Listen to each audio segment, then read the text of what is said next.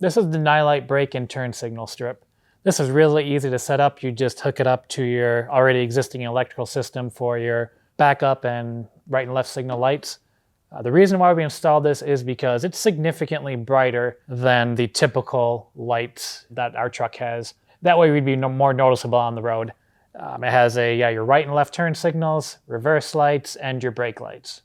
In order to adhere this to the bumper here, it just has some sticky adhesive on the back of it.